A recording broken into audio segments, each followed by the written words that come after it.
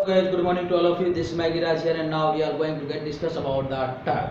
Okay, so देखते हैं हम डिस्कस करने जा रहे हैं कि आघूर्ण क्या होता है, यानी बल आघूर्ण। तो देखिएगा, बल आघूर्ण। तो ध्यान रखिएगा कि घूर्णन करती हुई किसी वस्तु, ये कोई वस्तु है और ये क्या करती है, घूर्णन कर रही है, ये घूर्णन अक्ष है। तो घूर्णन करती हुई किसी वस्तु पर लगने वाला बल और बल से अक्ष तक की लंबवत दूरी, ध्यान रखिएगा, ये लंबवत दूरी, इसका गुणनफल जो होता है बलाघूर्ण होता है। ठीक है ना। तो घूर्णन करती हुई किसी वस्तु पर लगने वाले बल तथा बल से अक्ष तक की लंबवत दूरी का गुणनफल बलाघूर्ण कहलाता है। Torque equal to R cross F. आप इसको ऐसे भी लिख सकते हैं, आर एफ साइन थीटा के इंटू एम कैट, क्योंकि ये सदिश राशि है तो दिशा की भी जरूरत पड़ती है, ध्यान रखिएगा। तो इसका मात्रक हो जाएगा न्यूटन इंटू मीटर और इसकी विमा हो जाएगी बलाघूर्ण की M L T minus two, ये बल की, और आर की एल, तो M L square T minus two. और ये कैसी राशि है, यह सदिश राशि है। ठीक है। तो बलाघूर्ण किस तरीके से सॉल्व किया जाता है, तो आइए हम देखते हैं, इससे रिलेटेड एक अनुप्रयोग करते हैं हम कि बल आघूर्ण किस प्रकार से हम निकालेंगे। ओके, तो देखिएगा,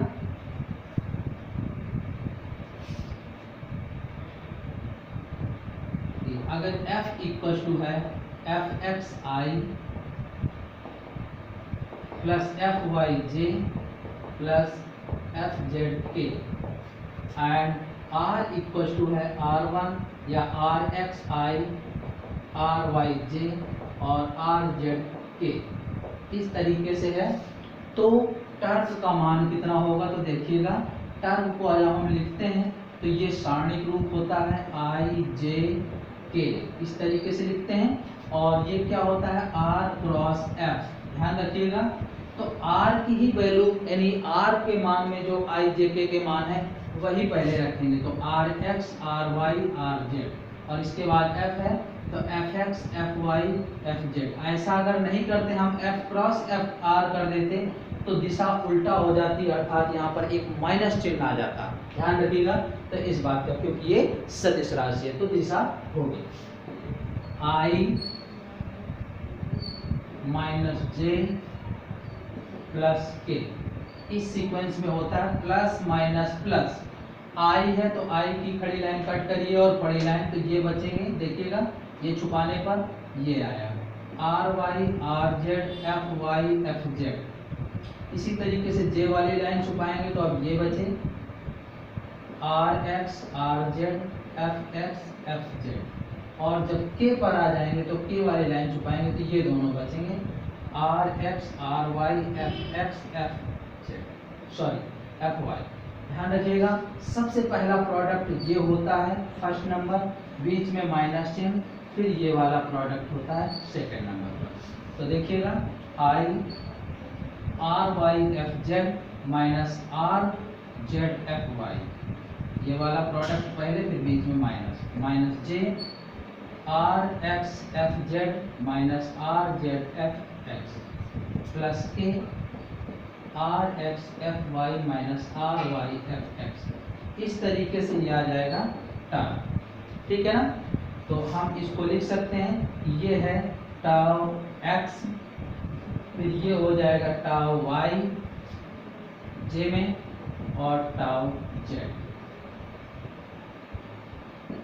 इस तरीके से ये आ जाएगा। और इसका परिमाण अगर निकालना है तो under root tau X square plus tau Y square plus tau Z square, इस तरीके से जैसे हम पहले वेक्टरों का परिमाण निकालते थे उस तरीके से इसको सॉल्व कर सकते हैं। तो इसको हम सारणिक रूप से हल कर पाएंगे। ठीक है ना। तो ये हुआ बल आघूर्ण ज्ञात करने का तरीका। ओके, अब आते हैं जड़त्वाघूर्ण पर, जिसे मोमेंट ऑफ इनर्शिया बोलते हैं, MOI या शॉर्टकट में MI भी लिखते हैं। तो जड़त्वाघूर्ण क्या होता है? तो घूर्णन करती वस्तु पर, या देखिए कोई निकाय है जिसमें ये इसका घूर्णन अक्ष है,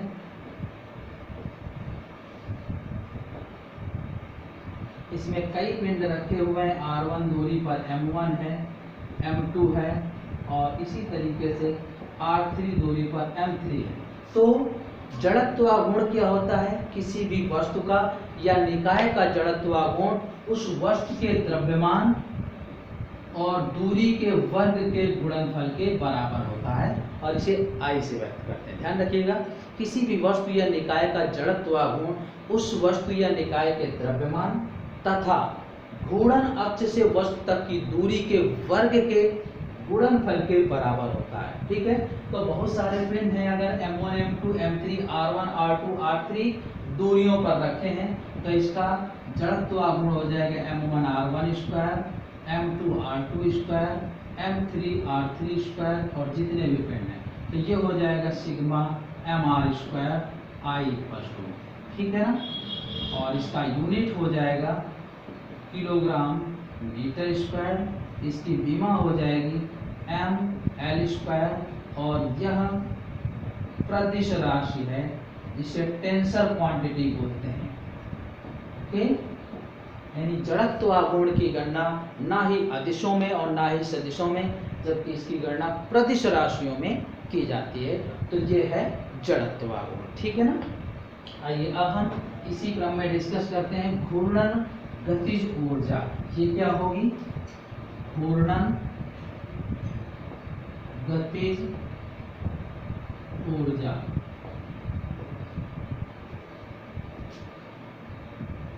के रोटेशनल लिखते हैं, ठीक है ना। तो देखते हैं कि ये कोई निकाय है और निकाय में कई सारे पिंड हैं, R1 दूरी पर M1, R2 दूरी पर M2 और R3 दूरी पर M3 पिंड ऐसे हैं जो इस प्रकार से एक कोणीय वेग ओमेगा से गतिशील है। और ध्यान रखिएगा इन सभी पिंडों का रेखीय वेग अलग अलग होगा। इस तरीके से ये गतिशील है, तो सभी पिंडों की गतिज ऊर्जाओं का अदिश योग यही होगी घूर्णन गतिज ऊर्जा।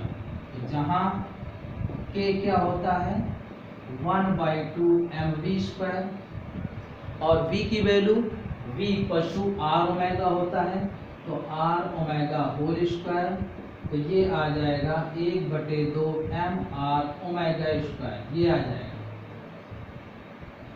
ठीक है ना। v की जगह हमने v की वैल्यू r ओमेगा स्क्वायर रख दिया, ठीक है ना। तो ध्यान रखिएगा, अब इस समीकरण 1 में रख दें, समीकरण 1 से तो k रोटेशनल आ जाएगा 1/2 ये m1 r1 square omega square, m2 r2 square omega square, m3 r3 square omega square. अब सबसे हम 1/2 ओमेगा स्क्वायर कॉमन ले लें, m1 r1 square, m2 r2 square plus जितने भी पिंड हैं वो सब आ जाएंगे ये। तो के रोटेशनल की वैल्यू आ जाएगी 1/2 ओमेगा स्क्वायर, इसको हम लिख सकते हैं सिग्मा mr स्क्वायर, और ये क्या होता है I, तो के रोटेशनल आ जाएगा 1/2 ओमेगा स्क्वायर इनटू I। तो इसको हम घूर्णन गतिज ऊर्जा का मान अगर लिखें तो क्या आ जाएगा 1/2 के रोटेशनल का मान आ जाएगा 1/2 I ओमेगा स्क्वायर। क्लियर? तो ये घूर्णन गतिज ऊर्जा आ जाएगी। सभी पिंडों की रेखीय गतिज ऊर्जाओं का अदिश योग होता है, और जहां के equal to half mv square, v की वैल्यू r ओमेगा होती है, इसी में रख देंगे तो 1/2 mr स्क्वायर ओमेगा स्क्वायर।